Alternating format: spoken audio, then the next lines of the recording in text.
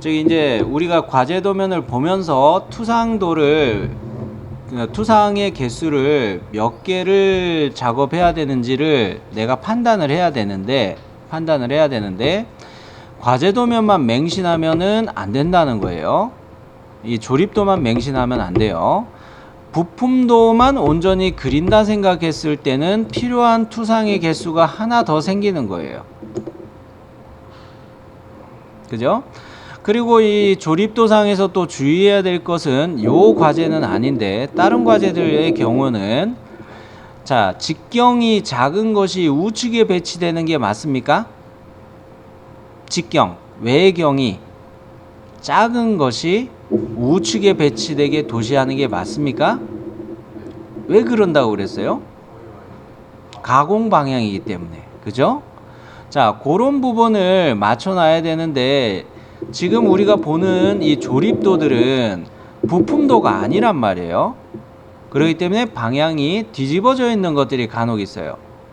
그것도 주의하셔야 될 부분이에요. 자, 그러면 우리가 웍스에서 이 부품도를 꺼내도록 할 텐데요. 자, 파일에서 폴다운 메뉴 파일 파트에서 도면 작성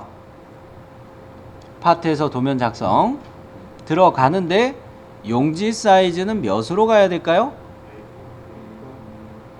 그냥 A3로 갈게요. A3로 그냥 갈게요. 만만하게 그냥 갑니다. 애매해요. A4로 가면 세로 방향으로 종이가 잡히죠. 그러니까 A3 정도로 가자는 이야기예요. 그리고 이 투상 뷰, 모체 뷰를 하나 갖다 놓고 두 가지를 반드시 해야 되죠. 뭐뭐 해야 돼요? 시트 속성 가서 배율 확인하고 또 뷰에서 마우스 우클릭해서 접선 숨기기. 그래요. 자, 거기까지 한번 쫙 해봅니다. 자, 표준 시트 눌러놨다가 사용자 정의로 한번 가서 420-297 확인. 자, 그러면 뷰 팔레트가 우측에 열렸어요. 여기서 우리에게 적합한 것은 우측면으로 도시된 요거네요. 생크 부위가 오른쪽으로 표시된 요거를 모체뷰로 가져다 쓰면 좋겠어요. 되셨나요? 자, 그 다음에 마우스 커서를 옆으로 빼면은 이렇게 다른 투상도를 이어서 추가할 수가 있게 됐는데 이거는 하지 말고 그냥 확인 종료. 자, 시트 속성으로 가서 1대1로 돼 있네요. 오케이. 자, 그 다음에 뷰를 마우스 우클릭해 가지고 접선 숨기기. 자, 그 다음에 이 스크롤을 내려서 하나 더 봐야 되죠. 나사산 표시는 뭐예요? 고품질. 자, 그러면 여기까지 해가지고 축에 이 정면도는 배치가 됐습니다. 여기서 보면은 3차원 형상일 때는 안 보였지만 순하사의 골찌름을 나타내는 가는 실선, 요게 2D에서는 잘 보이고 있습니다. 그죠? 풀다운 메뉴로 이야기하자면 요렇게 사용한 것은 삽입의 주석의 나사산 표시 그 경로로 해가지고 얘를 적용해서 했던 거죠. 자, 얘는 2D에서만 보인다고 그랬어요. 자, 그 다음에 얘에서는 이제 더 필요한 거는 이쪽에다가 우측면도를 배치해야겠죠. 자, 그거 하려면 요 뷰를 클릭해 가지고 아이콘 중에서도 투상도 아이콘 뭐 요렇게 된 투상도 아이콘 요거 눌러 가지고 이 방향으로 클릭해서 투상도를 하나 더 배치하면 되겠어요. 자, 요거 눌러서 투상도 요거 눌러서 요쪽에다 배치하면 되겠어요. 자, 억지로 여기에 배치할 사람은 없으시죠? 네, 그죠. 우리가 여기에다가 우측면도로 배치한 거는 생크 때문에 이 투상이 필요하구나 라고 판단한 거예요. 자, 중심 마크 생긴 거는 지워주시고요. 자, 화면을 확대해 보시면 순화사에 그 골지름을 나타내는 이 가는 실선 표시가 이게 보일 겁니다. 나사산 표시가 보일 거예요. 요거 괜히 없애려고 애쓰지 마세요. 캐드에서 이거 정리해 주시면 돼요. 아시겠죠? 네. 자, 그러면 얘를 이제 DXF로 넘겨주도록 합시다. 일단 얘는 뭐 SLD DRW 한번 저장해 놨다가 뭐 고칠 일이 있거나 뭐 그럴 여지도 있으니까 SLD DRW를 얘를 저장 한번 눌러주고 다른 이름으로 저장 가서 파일 형식을 DXF로 바꿔주시고 리드스크류 .dxf 이런 형식으로 저장이 되죠.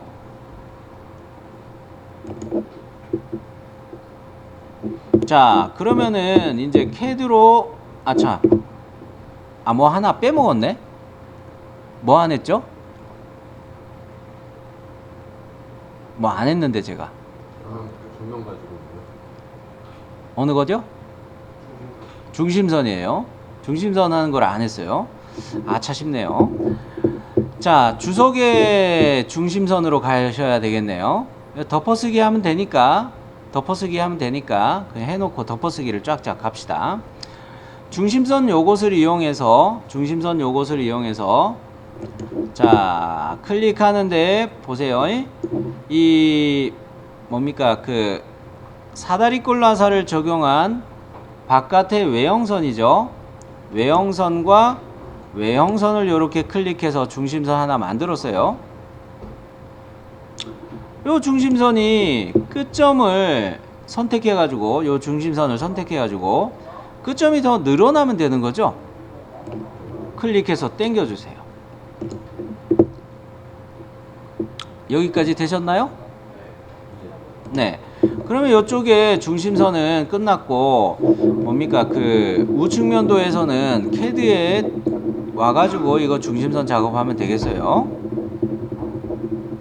아시겠어요? 뭐 굳이 하려고 한다면 안 말립니다.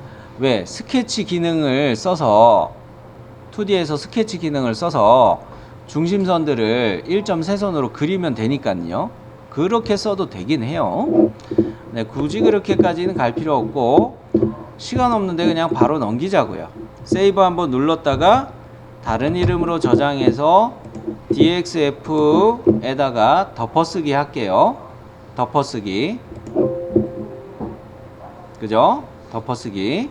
요렇게 넘겨놓고 자, 그러면 뭐 캐드로 이제 되돌아갑니다. 캐드로 가서 역시 선 정리부터 해야 되겠네요.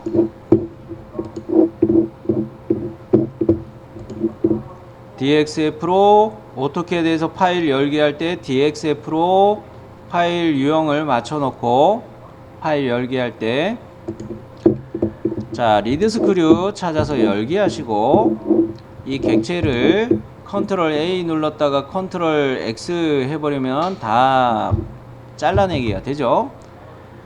자, 이 DXF 창은 꼭 닫으시라고 말씀드렸어요. 객체를 카피하거나 잘라내기 했으면 이 창은 꼭 닫으세요. 그래 놓고 도면 양식이 있는 그 바이스 05.dwg 여기에다가 컨트롤 V 해가지고 이 객체를 집어넣고요. 자, 요 객체를 여기다가 컨트롤 V에서 집어넣으셨으면 세 가지였나요? 객체를 다 선택해서 네 가지였네요. 네 가지를 먼저 해놔야 됩니다. 객체를 다 선택해서 뭐였죠? 색상, 바이레이어, 도면층은 외형선, 그 선 종류, 바이레이어, 선 가중치, 그것도 바이레이어. 자, 이렇게 쭉 정리해 주세요.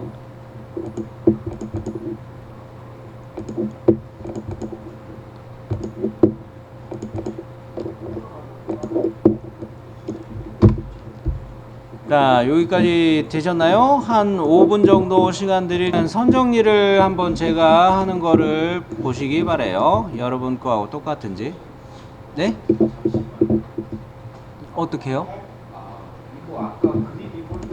자, 이 중심선을 먼저 바꾸도록 하겠고요. 중심선 요거 요렇게 바꿔 놓고, 이 중심선을 계속 쓰려고 저는 생각하기 때문에 요거를 우측면도에다 갖다 놓으면 좋겠다 이런 생각이 들어요. 그죠?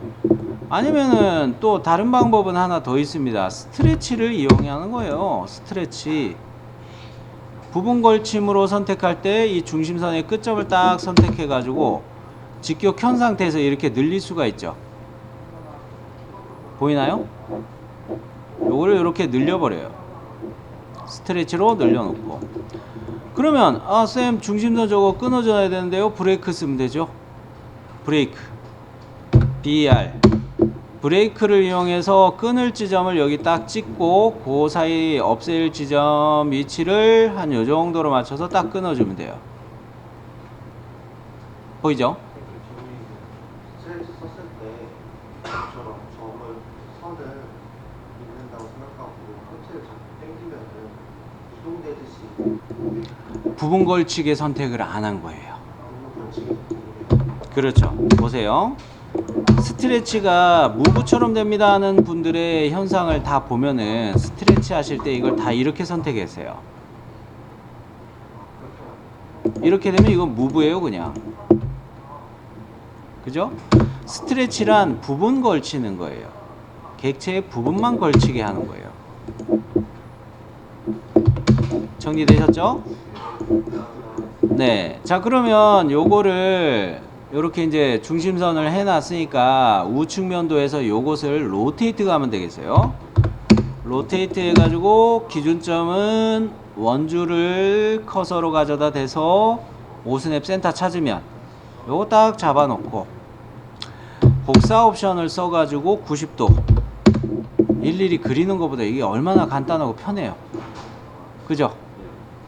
자, 요렇게 하면은 요거는 끝났고요. 자, 빨간 가는 시선 작업을 좀 해보도록 할게요. 어느 거냐면 순화사는 안쪽에 있는 선들이 골지름이죠. 나사의 골지름이죠. 요거를 가는 시선으로 바꿔주면 되겠어요. 그죠? 그러면서 제가 웍스 화면에서 이거 주의하셔야 된다고 이야기한 게 있습니다. 어느 건가요? 가는 실선이 우측면도에서 도시되는 게 하나 있다고 그랬어요. 그죠? 반대편에 순화사에 대한 것이 이렇게 겹쳐서 객체가 있어요. 보이죠?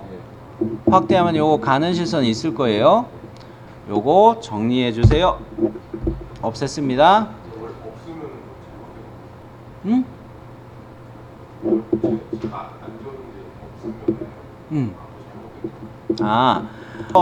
이 가는 실선이 우측면도에 도시된 거는 없애는 게 맞다는 이야기를 잠깐 했고요.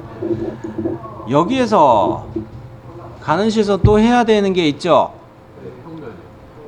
평면임을 표시하기 위해서 가는 실선을 이용해서 사선으로 이렇게 그어줘야 돼요. 요거 할 때 필요한 게 뭐냐면 사실 얘가 직사각형으로 돼 있으면 끝점 잡아가지고 이거 잡기 수월해요. 근데 지금 여기는 직사각형으로 안 돼 있죠 이것이. 그죠? 그러니까 비슷하게 맞춰 보도록 할 텐데 잘 보세요. 자, 가상교차를 이럴 때 활용하면 좋습니다. 뭐냐면은 첫 번째 점은 이게 뭡니까? 라인 요렇게 들어가서 첫 번째 점은 요거 잡았어요. A, PP 해가지고 여기를 한번 잡았다가 여기를 한번 잡았다가 찍히나요? 자, 뭐냐면은 가상교차를 이용해서 갈 때 여기는 끝점이 바로 잡혀요.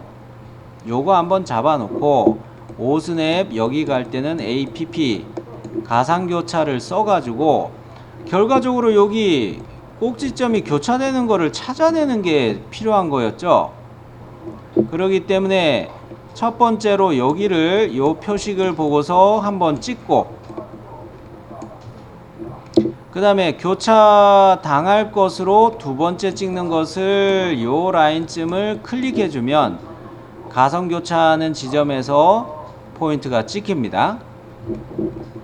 자, 다시 보여드릴게요. 라인 가서 여기 찍고 APP 여기 눌렀다가 교차 당할 선을 화면을 확대해 보면 여기에 선이 두 개 있는 거 보일 거예요. 아래에 있는 선을 이렇게 선택하면 가상교차가 되죠. 그러면 이거를 밑에 것도 그렇게 라인을 새로 그릴까? 아이, 왜 그래요? 아마추어 같이 미러를 하는 거예요. 미러를 하는데 요거를 미러 시킬 객체로 선택하고 대칭의 기준을 이 라인의 중간점 잡고 직교가 켜져 있으니까 임의의 지점을 잡아버리면 대칭이 되어버리죠. 자, 미러로 이것도 바로 적용을 할게요. 미러 세상에서 누가 제일 잘생겼는고? 영훈쌤. 자, 그러면은 미러까지 해가지고 요것은 완성이 됐는데 트림해서 넘겨주는 게 좋겠어요. 여기를 가위로 잡고 날려갈 거를 이렇게 선택해 주면 되겠어요. 위아래 동시 작업을 할게요. 자, 트림 해가지고, 자, 요래가지고 이거 해놓고, 그러면 요 두 개 그 뭡니까? 가는 실선은 요 중심선을 기준으로 미러해 버리면 되겠죠. 요거를 기준으로 미러하면 되겠죠. 아래쪽에다가 미러 요 놈을 선택해서 요렇게 아래쪽에다가 넘기면 되겠죠. 에이, 또 잘못 클릭했다. 에이.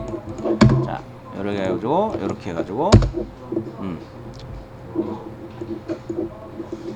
자, 그러면 이제 퍼펙트하게 선 정리가 끝난 것으로 보여집니다.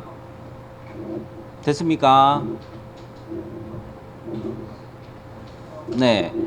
자, 그러면 역시 잠깐 시간을 드릴 테니까 그 마무리를 요렇게 최대한 여러분이 시간이 닿는 동안 최대한 치수를 요렇게 기입해 주시기 바랍니다.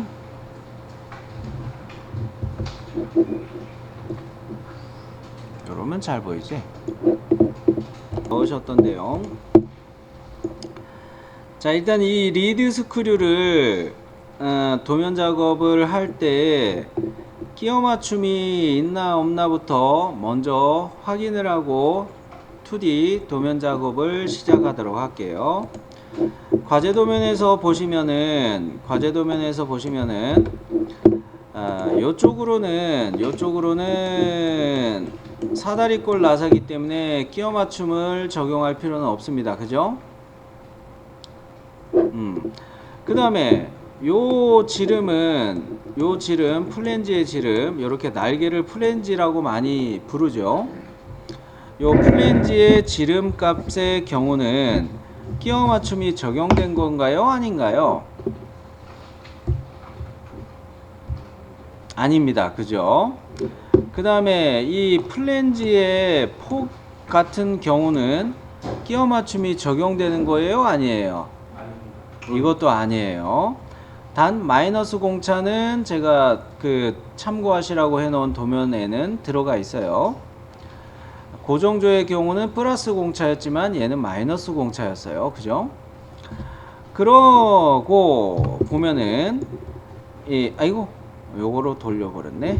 자, 그러고 보면은 우측으로 왔을 때 요 외경은 축의 외경이라고 이야기하는 요거는 부시에 대해서 요것을 제가 부시라고 이야기한 셈이죠.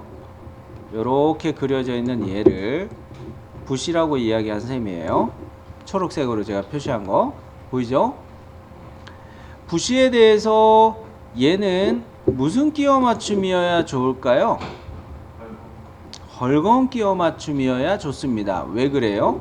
핸들을 잡아서 돌리면, 핸들을 잡아서 이렇게 돌릴 경우 이 생크 때문에, 각진 형상 때문에 리드 스크류가 당연히 같이 회전하게 되겠죠? 자, 끼워 맞춤이 있습니다. 끼워 맞춤이 있습니다. 그러면서 운동이 있어요. 요럴 때는 거칠기는 또 뭘 적용해야 될까요? Y예요. 그래요. 자, 홀거운으로 끼워 맞춤을 적용해야 된다 해서 G6 정도로 보면서 G6으로 보면서 얘다가는 거칠기 Y도 적용해야 되는구나 라는 거죠. 이해되셨나요? 부시하고의 관계에서. 그죠? 마찰 운동이 일어나기 때문에 이거 헐거운으로 봐야 된다는 거예요. 그러면서 또 거칠기도 Y를 적용해야 된다는 이야기였어요. 자, 그러면은 이거까지 해가지고 적용할 때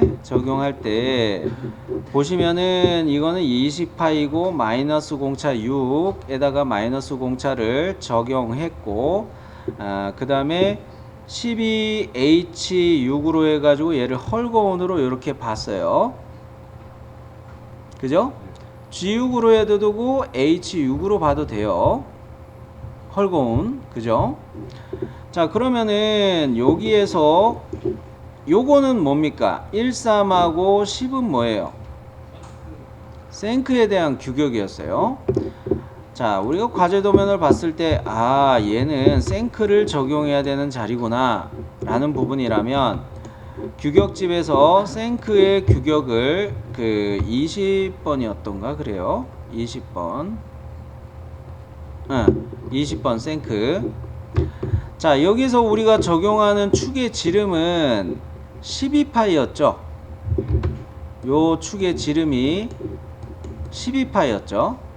그러면 요 표에서 적용할 거는 11.8초가 13.2 이하로 봐가지고 K값 요거에다가 10을 이렇게 적용해야 되겠고요. 그죠? 그 다음에 허용차라고 명시되어 있는 것은 H12와 이렇게 허용차 요거 적용하는 부분이고요. 보이죠? 그래서 얘를 도면에서는 어떻게 표시했냐면 K를 설명하기 위해서는 이쪽에도 10을 넣어야 되겠으나 이게 정사각형이라는 표시를 이렇게 해 놓고,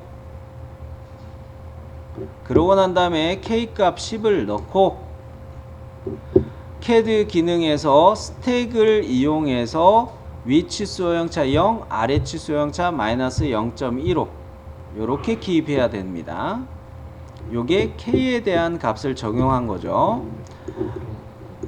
그 다음에 이 13의 경우는 어디서 역시 생크에서 보시면 LK라는 이 값이 있죠.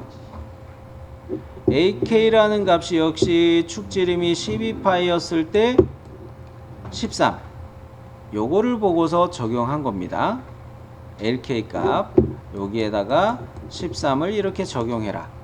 즉 KS 기계제도 규격 이거 규칙대로만 잘 찾아보기만 하면은 틀릴 게 없어요. 여기에 답이 다 있는 거예요. 자, 그러면 요대로 이야기했을 때 여러분이 가장 뭐 헷갈릴 만한 부분을 생각했을 때 그 우리가 설계의 기준인 여기서 봤을 때 여기를 우측이라고 보고 우측의 요 단에 대한 두 개의 단에 대한 치수들을 먼저 넣는 걸 보여드릴게요. 자, 현재 도면층은 가는 실선으로 맞춰놨고요. 치수를 넣는데 20파이를 이쪽으로 뺐죠. 그죠? 20파이를 이쪽으로 빼놓고, 그런데 치수 문자가 교차되면 안 좋으니까 요거를 뭡니까? 이 문자의 위치를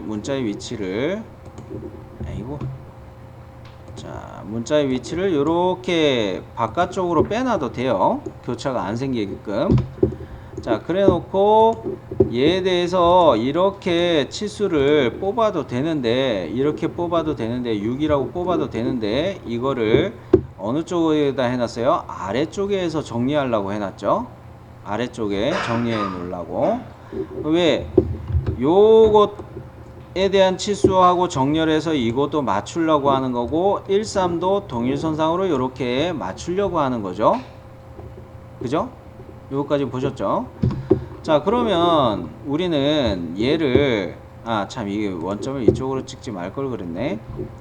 자, 20파이를 치수를 넣을 때 요렇게 해가지고 파이 20 넣어 놓고 이 문자의 위치를 이렇게 바깥으로 교차가 생기지 않게끔 이렇게 빼 주시고, 자, 이 6이라는 치수는 아래쪽에다 이렇게 넣는데, 얘를 스택으로 가기 위해서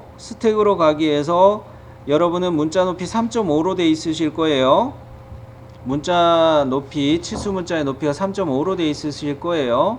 스택을 넣기 위해서는 문자 높이를 절반으로 바꿔놓고 가셔야 되죠. 몇이라고 하면 좋다고 그랬어요? 2죠. 네, 그렇게 맞춰 놓으시고, 그 위치수 허용차가 마이너스 0.1이었죠. 마이너스 0.1 위로 꺽쇠 아래 치수 형차 마이너스 0.2 요렇게 됐나요? 그리고 요거를 블록으로 잡으시라고 했어요.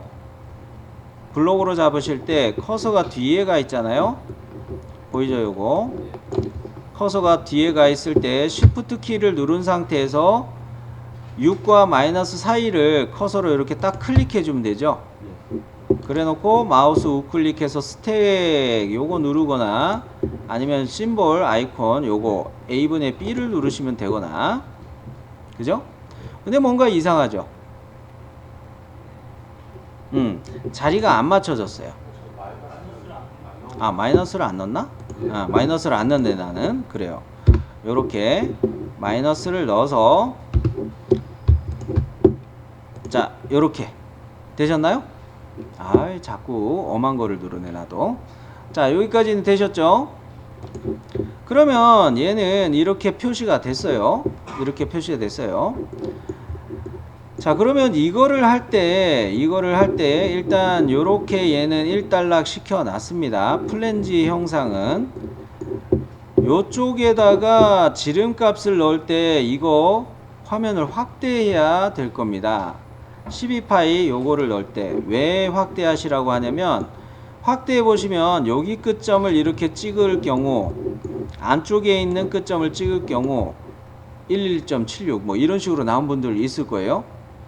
화면을 확대하는 게 필요하다는 거예요.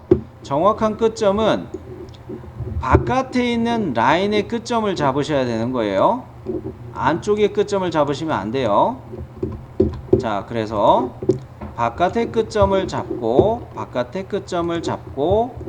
이렇게 파이 12 해놓고 뭡니까 그 끼워 맞춤 허용차를 H6으로 가셔도 되고, 저는 오늘은 G6으로 한번 더 넣어볼게요. 그렇죠. 둘 다 헐건이에요. 요거 이제 마찰 회전 되기 때문에 더 헐거운 정도를 가기 위해서 G6을 한번 오늘은 이야기해 본 거예요. 자, 그러면 여기까지 얘를 잡아놨으면 이제 생크에 대한 그 부분을 보도록 할게요. 예, 요 구간에 대한 값도 먼저 넣어야 되긴 하겠으니까 요거부터 먼저 합시다. 파이 12 구간이 34의 길이 값을 가지는 거죠.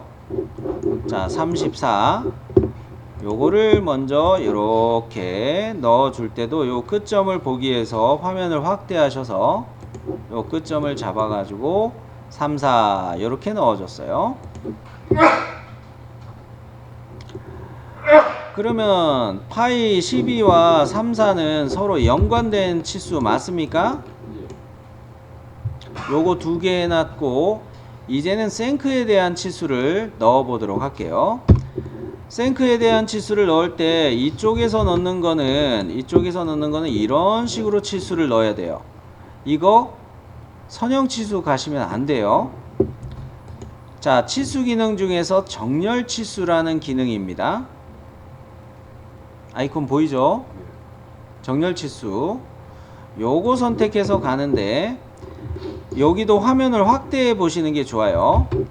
요 라인의 끝점을 치수 원점 1로 잡을 거고요. 저는 요 라인의 끝점 여기를 두 번째 치수 원점으로 찍을 거예요. 보이죠? 자, 그래서 요 끝점과 요 끝점 요렇게 잡아서 커서를 빼주면 아까 쉬는 시간에 질문한 분도 있었는데 치수선의 위치를 정확하게 내가 배치하고 싶습니다 한 분이 있어요. 자, 두 번째 치수 원점을 찍은 거에서부터 우리가 좌표를 활용해서 치수선의 위치를 지정할 수가 있습니다. 그러니까 치수선을 배치할 때나 문자의 위치가 배치되게 하는 거는 뭐 기준이에요? 두 번째 치수 원점 기준이에요.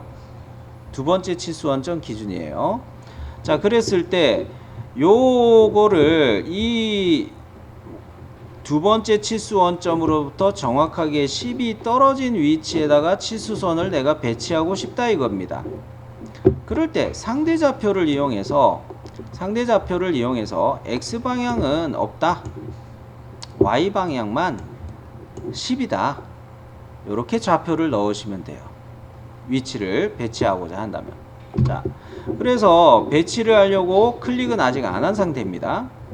이 상태에서 뭡니까 골뱅이 0,10 요렇게 해놓으면 두 번째 치수 원점으로부터 이 치수선이 10mm 떨어진 상태에서 배치가 돼요. Y방향으로. 얘 입장에서 Y방향이 이거예요. 그죠? 요렇게 맞춰줄 수가 있어요. 자, 그런데 이제 여러분이 이거 문자를 넣느라고 이거 고민하고 계셨을 거라 말이죠. 자, 문자 앞에다가 네모라는 보조 기호를 넣었는데 오토캐드에서 심볼을 이렇게 보조 기호를 넣는 방법이 있긴 있어요. 이거로 하면 한참 찾아야 돼요. 시험장에서 이거 한참 찾고 있으면 시간 엄청 갑니다. 무슨 방법을 쓸 거냐면요. 커서가 앞에 놓여 있을 때 한영 전환하셔서 한글 글씨로 바꾸시고 여기다 쓰는 것을 한글 자음 미음을 입력하시고 한자 글씨를 누르시면 돼요. 예, 그렇게 하는 거예요. 한자 글씨를 누르면 특수 기호들이 리스트가 쭉 뜹니다. 그 중에서 보조 기호에 적합한 네모라는 특수 기호를 찾을 수가 있어요. 자, 해보면은 한영 전환 했죠. 미음 글씨 넣었죠. 한자 글씨를 얘가 지금 미음 글씨가 껌뻑껌뻑 이렇게 선택된 상태예요. 미음 글씨가 입력된 게 선택된 상태에서 껌뻑거릴 때 한자 보이나요? 리스트가 뜨죠. 뻥치시네. 네모 없잖아요. 어디 있어요? 스크롤 내리면 나오죠. 그죠? 자, 이렇게 네모 표시를 넣으시면 돼요. 자, 그 다음에 커서를 뒤로 엔드 글씨 눌러서 커서를 뒤로 보내놓고 허용차를 또 기입해야 되죠. K에 대한 허용차 값을 넣기 위해서 스택으로 갑니다. 스택으로 가는데 요 글자들의 문자 높이는 여러분은 2로 바꾸셔야 되겠죠. 자, 2로 바꾸시고 그 다음에 그 위치수 허용차는 0으로 되어 있습니다. 0으로 되어 있는데 스페이스바를 이용해서 자리를 한 칸 띄워주세요. 왜? 그렇죠.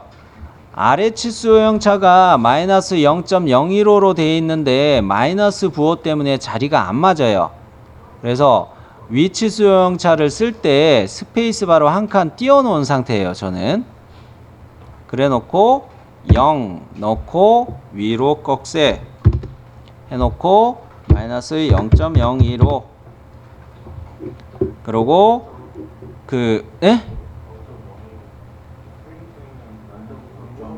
아 1호였어요? 제 기억이 잘못됐군요. 쏘리. 자, 허용차를 이렇게 기입하셨으면 블록으로 잡을 때 스페이스로 한 칸 띈 것까지 포함하셔야 돼요. 요래 놓고 스택을 가면 되겠습니다. 자리가 딱 맞죠? 네. 자, 이렇게 맞춰주시면 이 K에 대한 값과 보조기호 앞에 네모 쓰는 것과 K 값 허용차까지 다 기입했습니다. 그러면 이제 LK 값을 넣어야 되죠. LK 값은 선형으로 잡아 보도록 할게요. 선형 치수를 이용해서 역시 이것도 끝점 잘 클릭하기 위해서 화면을 확대해 주시는 게 좋아요. 화면을 확대하면 어디가 보여요? 여기 끝점이 보이죠? 여기 끝점을 클릭해서 여기 끝점으로 잡는 게 좋죠. LK 값을 잡기 위해서 13 나오나요? 자리 맞춤을 어느 거하고 맞춰주시는 게 좋아요? 플랜지의 값 6하고 끝점을 일치해서 동일선상으로 이렇게 정렬해 주시는 게 좋겠죠. 네. 자, 그러면 뭡니까? 플랜지가 아니고 저희 생크에 대한 치수들도 규격집을 참고해서 충분히 기록을 해 놨습니다. 자, 요것은 실기실무 이론서에서 생크에 대해 적용하는 것도 아마 설명이 있을 거예요. 제가 그냥 바로 적용하는 거를 말씀드리고 책에서 참고할 만한 부분을 같이 말씀을 안 드리기는 해서 요거를 조금 더 보자면 생크까지는 자세하게 설명이 안 됐었던가?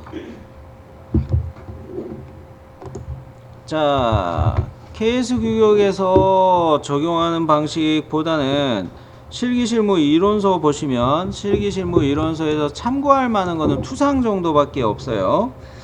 76페이지 실기실무 이론서 76페이지 보시면 이 평면이라는 부분을 설명하기 위해서 76페이지 큰 괄호 2번 특수한 경우의 도식 방법 동글뱅이 1번 특정 부분이 평면인 경우의 도시 방법 참고 입체도 있으면서 괄호 A 생크 해가지고 가는 실선 도시한다는 설명이 76페이지에 나와 있죠. 네, 거기 하나가 있었고 보조기호에 대해서 기입하는 요령을 치수 보조기호 및 기입 방법이 92페이지에서부터 이야기가 있는데 실제 적용된 거는 96페이지입니다. 96페이지를 참고하시면 큰 괄호 5번에 정사각형임을 표시하는 경우로 해서 그림 1-9를 보시면 네 변의 길이가 같은 정사각형 치수기법 해가지고 치수 문자 앞에 보조기호 네모를 기입한다라는 것이 설명이 되어 있습니다. 찾으셨나요? 네. 생크 케이스 규격을 적용하는 부분이 책에 잘 대조가 되어 있으면 모르겠으나 그게 좀 없어가지고 아쉽기는 합니다. 여기까지 체크하셨죠? 네. 자, 그러면 책은 제껴 놓으시고 이제 이어서 또 보도록 합시다. 자, 생크 적용한 부분에 대한 것은 우측이었고 이제 왼쪽에 있는 형상에 대해서 치수들을 적용해 보도록 할게요. 자, 그런데 이런 치수 기입한 게 있습니다. 이거는 어떻게 읽으셔야 되냐면요. 먼저 나와 있는 치수 2, 요거는 요 사이의 간격을 이야기한다 이렇게 보셔야 돼요. 요것도 필기에 비슷하게 나온 적이 있어요. 필기에 이런 문제가 표시된 적이 있어요. 이 슬래시 파이 10 이걸 어떻게 읽어야 되는가 했을 때 2를 나비라고 읽어야 되는데 이거를 지름으로 표시해 놓고 또 여기에 직경 요것이 파이 10인데 요것을 나비라는 표현을 해가지고 틀리게 설명한 경우가 필기 문제로 나온 적이 있습니다. 자, 이 기호를 이렇게 치수 기입한 것을 바르게 설명한 것을 고르시오 해가지고 요거를 2의 나비를 가지면서 지름 10이다 라고 해설을 해야 되는데 요 용어들을 뒤바꿔 나서 틀린 보기들을 막 나열해 놔요. 그 중에서 맞게 설명한 것을 골라라 하는 문제도 있었어요. 자, 요거는 여담이었습니다. 우리는 방금 전에 본 것처럼 이렇게 기입을 할 수가 있어요. 왜 이걸 이렇게 기입을 할까요? 여기에다가 2라는 간격 치수를 넣으면은 협소하죠. 간격 폭이 좁아요. 좁아서 치수 기입할 때 너무너무 힘들어가지고 문자가 이쪽으로 와버리고 그래요. 그리고 지름을 넣으려고 치니까 지름을 넣으면 또 교차도 치수선에 교차가 막 생기고 난립니다. 요런 거를 피하기 위한 목적도 있겠지만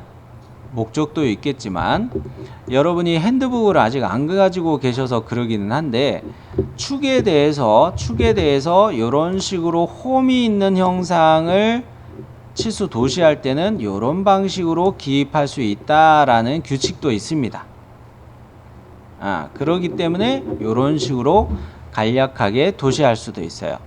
그래서 이 방식으로 치수를 기입을 해보도록 할게요. 자, 그러면 선형 치수를 이용해서 여기를 치수 원점 1번으로 잡고 치수 원점 2번을 여기를 잡고 보이죠? 여기를 두 번째 치수 원점으로 잡고 자, 이렇게 커서를 내려놓고 열어줄 문자 M 들어가서 뭡니까 그 열어줄 문자 M 들어가서 이게 또 한형 전환이 안 됐었군요. M 들어가서 이 슬래시 해놓고 파이 기호를 넣어야 되죠. 특수 문자 깜짝 퀴즈. 특수 문자 이렇게 퍼센트 아직 이야기 다 안 했구나. 지름 기호는 퍼센트 뭐뭐뭐뭐 해야 돼요? 퍼센트 C. 그래요. 퍼센트 C. 요렇게 하시면 파이 기호 들어가죠. 각도 기호를 넣으려면 뭐뭐예요?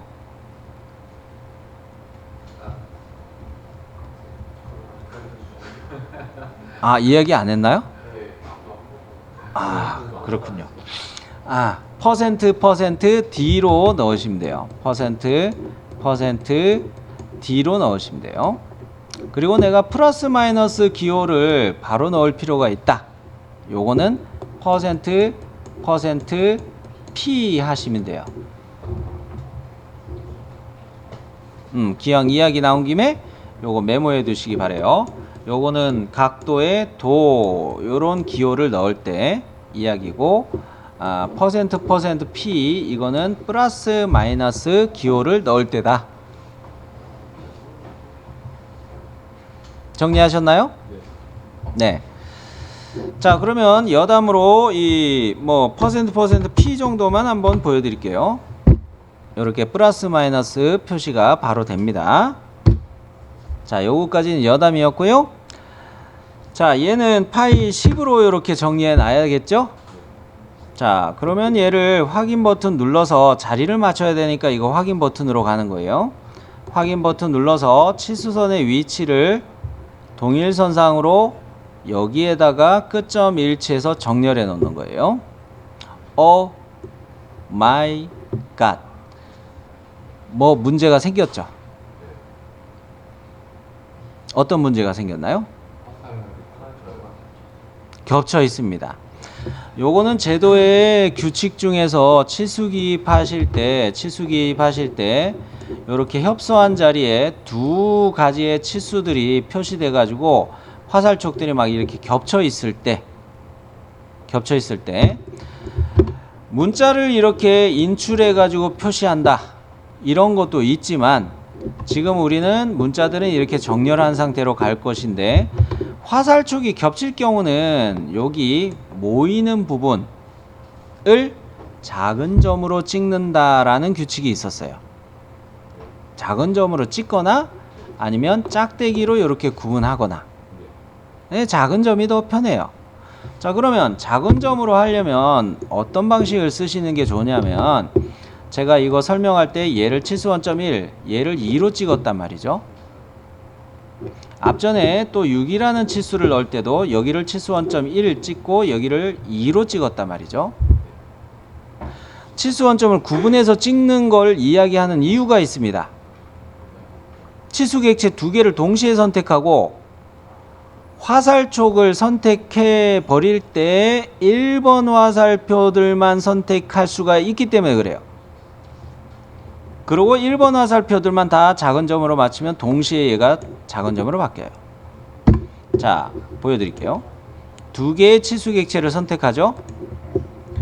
특성창 엽니다. 화살촉을 1번 화살표 얘를 작은 점으로 이렇게 바꿔요. 한꺼번에 바뀌죠? 보이죠? 요렇게 되는 이유가 뭡니까? 요 치수를 넣을 때도 치수원점 여기를 1번으로 찍었고 요 치수를 넣을 때도 치수원점 1번을 여기를 찍어서 그런 거예요. 이럴 때 두 개의 치수를 이렇게 한꺼번에 선택하고 치수원점 여기에 놓여 있는 화살표 1을 한 방에 바꿔버리는 거예요. 다 되셨나요? 자, 만일에 그렇다면은 개별적으로 치수들을 따로따로 선택해 가지고 각자의 치수마다 화살표 1인지 2인지 구별해서 해야 되는 불편함이 있습니다. 그래서 치수 원점을 어디로 찍느냐가 이게 좀 하나의 숨어있는 선수예요. 되셨나요? 그냥 하나 더 있죠. 이 상태에서 끝난 게 아니죠. 뭔가 이상하게 더 있습니다. 뭔가요? 그렇죠. 6에 대한 치수의 화살표 방향이 이렇게 돼 있어서 이게 안 좋아요. 커서를 가져다 대시면 여기 화살표 끝점에다 커서를 가져다 대시면 신축이라는 것도 있고 뭐도 있더라. 그런데 그 다음으로 메시지가 화살표 반전이라는 기능을 쓸 수 있게 메시지가 나옵니다. 커서를 이 화살촉의 끝점에다 갖다 대보세요. 조그만 창이 뜨면서 거기에 화살표 반전이라는 게 맨 밑에 있나 그럴 거예요. 찾으셨나요? 그거를 눌러 보시면 화살표가 이렇게 뒤집어져요. 자, 보여드릴게요. 점에다가 제가 커서를 가져다 댔죠.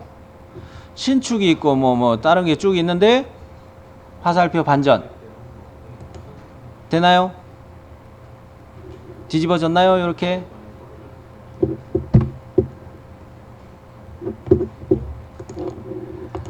자, 여기 협소한 부분에 대해서 그 폭이 좁을 때 치수 기입의 요령을 제가 화살표 반전과 작은 점으로 바꾸는 거 이 두 가지 주의하실 것을 말씀을 드렸고요. 그러면 왼쪽 영상을 치수를 이제 정리해 보도록 할 텐데, 이거 사다리꼴 나사 적용하는 값을 어디서 찾아온다고 했어요? 당연히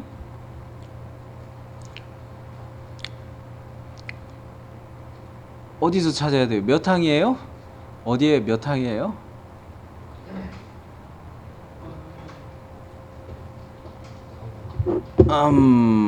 규격집이죠. 규격집에서 나사에 대한 규격을 가보면 미터 사다리꼴 나사가 12항에 있습니다. 12항에 미터 사다리꼴 나사가 있는데, 얘에서 그 뭡니까 14 피치 3으로 가도 되고 14 피치 2로 가도 되죠. 그죠? 그 뭡니까 가장 많이 쓰여지는 것으로 봐서 아마 요거를 14 TR14 3 요게 가장 많이 팔리고 그러니까 요거로 간 것 같은데, TR14 2로 가도 되겠죠. 요거로 가는 이유는 뭐예요? 피치값 2로 가는 이유는 뭐예요? 나선이 많이 생기게 하려고 하는 거죠. 자, 그렇게 봤을 때 이 뭡니까 어디 갔노? 그 규격집보다 요거를 봤을 때 여기에 아니 여기가 아니구나. 여기가 21구간이에요. 21구간이었을 때 사다리꼴 나사가 많이 생기는 쪽으로, 나선이 많이 생기는 쪽으로 생각을 해서 TR14 피치값 2로 가도 되고 피치값 3으로 가도 됐던 거예요. 여러분이 참고하시라고 해드린 거에는 3으로 돼 있죠. 자, 요거는 그 뭡니까 사다리꼴 나사 중에 이게 가장 많이 팔릴 것 같으니까 이거를 해 놓은 거예요. 네. 자, 그러면 그거로 해도 되고, 오늘은 그냥 피치값 2로 가볼게요. 2로. 어차피 따로따로 다 깎아서 만들 테니까. 자, 요를 가지고 이렇게 해서 뭡니까 여러 줄 문자 들어가 가지고 대문자 T 소문자 R, 요게 ISO 규격에 있을 때 사다리꼴 나사 표시 기호죠. 그죠? 그리고 14는 호칭 지름이고 이 뒤에다가 피치 값을 쓰는 것이죠. 여기까지 이해되셨나요? 네. 자, 그러면 요것으로 요렇게 이 값을 기입을 했다면 이거는 사다리꼴 나사에 대한 값이죠. 이거와 연관되는 치수는 어떻게 기입을 해야 되겠어요?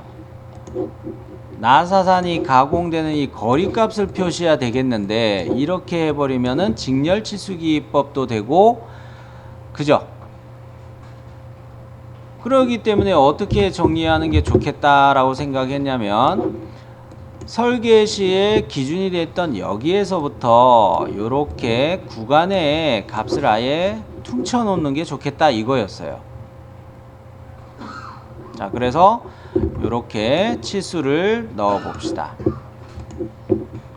정렬할 때는 이쪽에 34 구간하고 맞춰 가지고 치수를 이렇게 화살 쪽의 끝점으로 정렬해 주시는 게 좋겠죠. 자, 이거는 병렬로 본 거예요. 병렬로 본 거예요. 2라는 틈새 값에 대해서 직렬로 이렇게 기입하기보다 병렬로 이렇게 기입해서 요 구간에 대한 것도 같이 설명이 되니까 이렇게 간 거예요. 그죠? 그러면 얘는 직렬치수 기입으로 보면은 요 7, 8하고 6이라는 거하고 3, 4라는 거로 해서 얘를 다 더하면 전체 리드 스크류의 전체 길이 치수는 나오죠. 그런데 이거를 작업자 입장에서는 소재를 얼마짜리를 사야 될지 알아야 되니까 이렇게 118을 치수를 넣되 얘를 참고 치수로 묶어주는 게 좋겠다는 겁니다. 참고 치수 넣기는 어떻게만 하시면 돼요? 그렇죠. 괄호로 표시만 묶어주시면 돼요. 되셨나요? 자, 그러면 이쪽에서 우리가 치수를 봤을 때 넣을 것은 다 기입을 했습니다.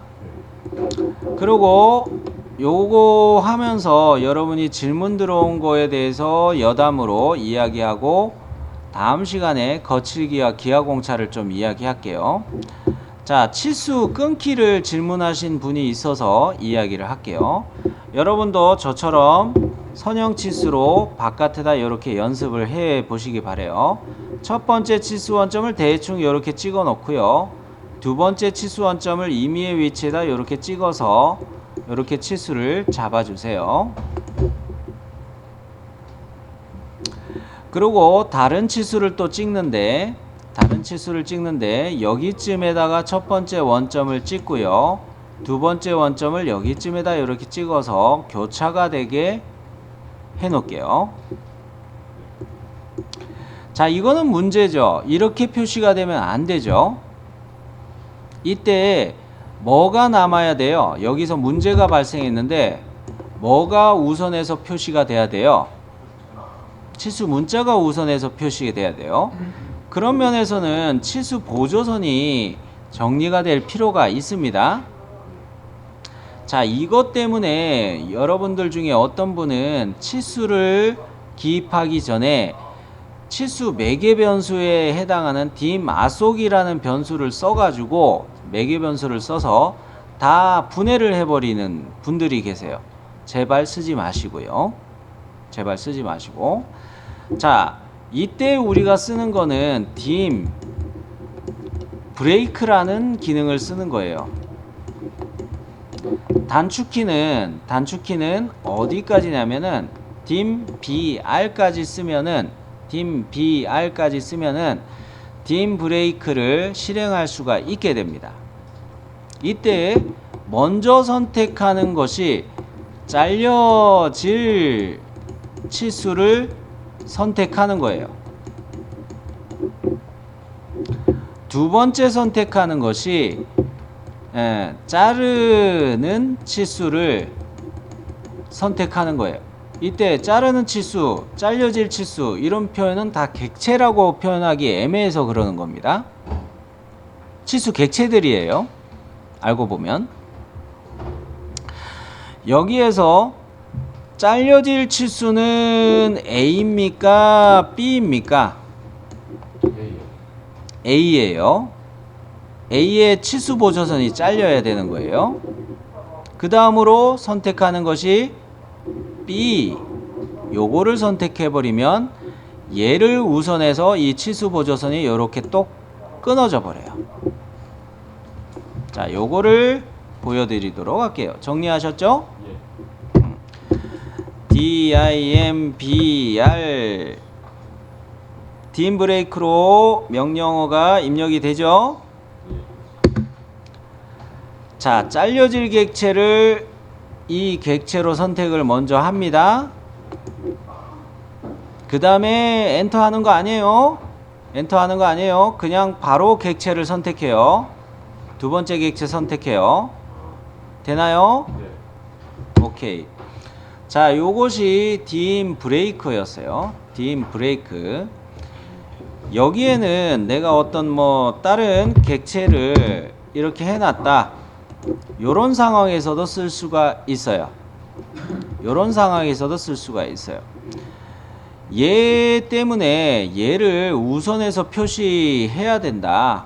그러면은 얘가 잘려질 객체가 되는 거예요. 그래서 dim 브레이크를 실행해 놓고 얘를 잘려질 거로 선택하고 얘를 자르는 객체로 선택해서 이렇게 끊어줄 수도 있어요. 이런 거는 어쩔 때 경우를 예로 들었냐면 거칠기 부호들이 들어가서 뭔가 치수 보조선들을 좀 정리해야 될 필요가 있을 때 경우를 보여드린 거예요. 요것이 딤 브레이크라는 기능이었어요. 다시 한번 볼수 있을까요? 맨 처음에 이 상태에서요. 자, 딤 브레이크 단축키 입력했어요. 엔터. 잘려질 거를 먼저 선택한다고 했어요. 잘려질 거가 요거죠. 클릭. 엔터 안 해요. 클릭하고 바로 자르기 액체를 다음으로 선택해요. 됐나요? 자, 요렇게 해요. 자, 일단